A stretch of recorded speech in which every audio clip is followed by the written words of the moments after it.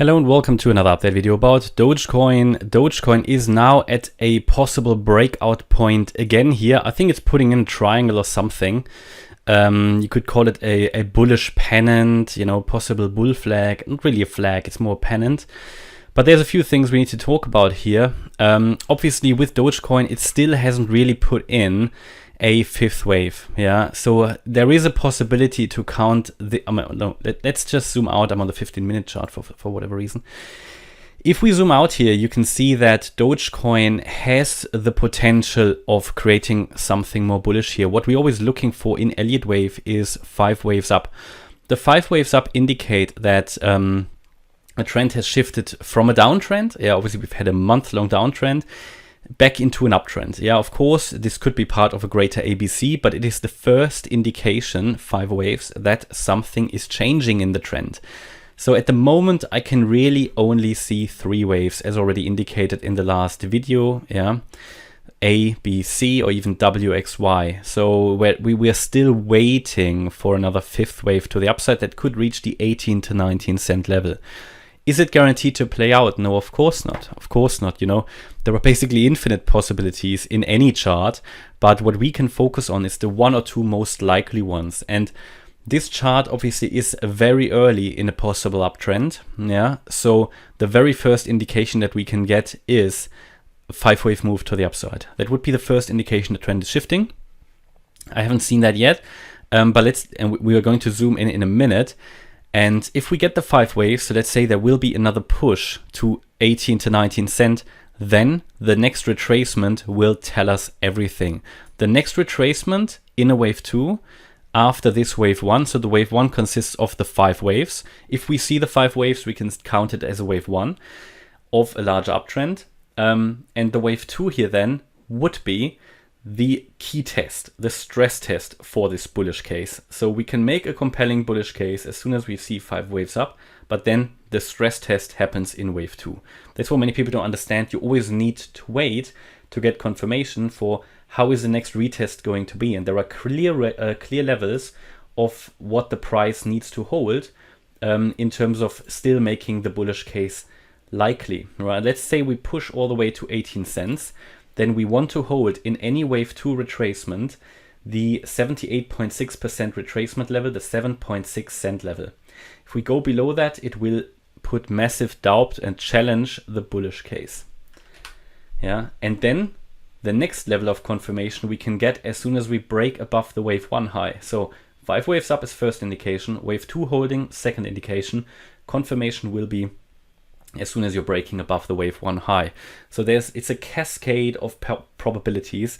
There's never certainties in financial markets. There's only probabilities, and these increase as the price progresses and confirms step by step the checklist, let's say, of a bullish case. But of course, the longer you wait, the more the price is running away from you, right? So that's always what the balance that every trader needs to decide. Are you a breakout trader? Are you a pullback trader? Whatever.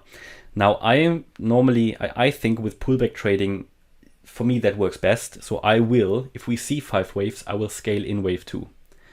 Yeah. Does it mean it will hold? No, of course not. But it is, for me, the best reward to risk ratio, because let's say we get 5 waves. Okay, indication we are changing the trend. Then a pullback, we are deep in support. Yeah, I can set the stop loss just below the 78.6 retrace, so the risk is minimal, but the reward would be massive, because in a wave 3 we would be able to push whatever. Let's just put something on the chart here.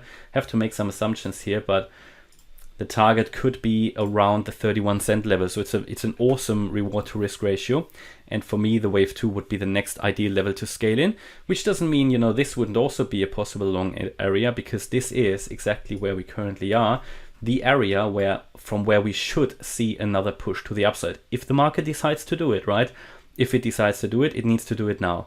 And again, here also, the invalidation level can be quite nicely confirmed, which is here the 10 cent level. So below 10 cents, it's probably not going to work out anymore. We're now at 12.8. So we are decent, distance away from it. So any stop loss would, in my opinion, need to be set below 10 cents, but that's only my opinion. But yeah, we are now at an interesting breakout point. So what I will do, there are two possibilities how this wave 3 can be counted. Either the wave 3 top here, and then an A, an overshooting wave B, and a wave C in a running flat pattern, as per the Elliott waves. Or, and this is possible as well, I looked at the internal wave structure. We can say that the wave 3 was here. This was the wave. No, 1 second. Yeah, this here is still either ongoing, the wave 4, yeah, or already complete. This is not entirely clear.